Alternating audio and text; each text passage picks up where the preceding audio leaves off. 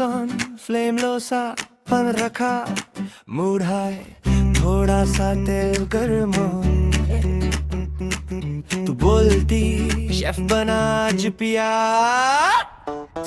reach ready कल का बचा फ्रिज से सीधा आओ हाथ में स्पून आंखों में प्लान आज किचन में फुल नॉकआउट राइस को पन में थोड़ा ऑयल के साथ फ्राई करो हल्का सा टॉस फिर प्यार की चम्मच से ट्राई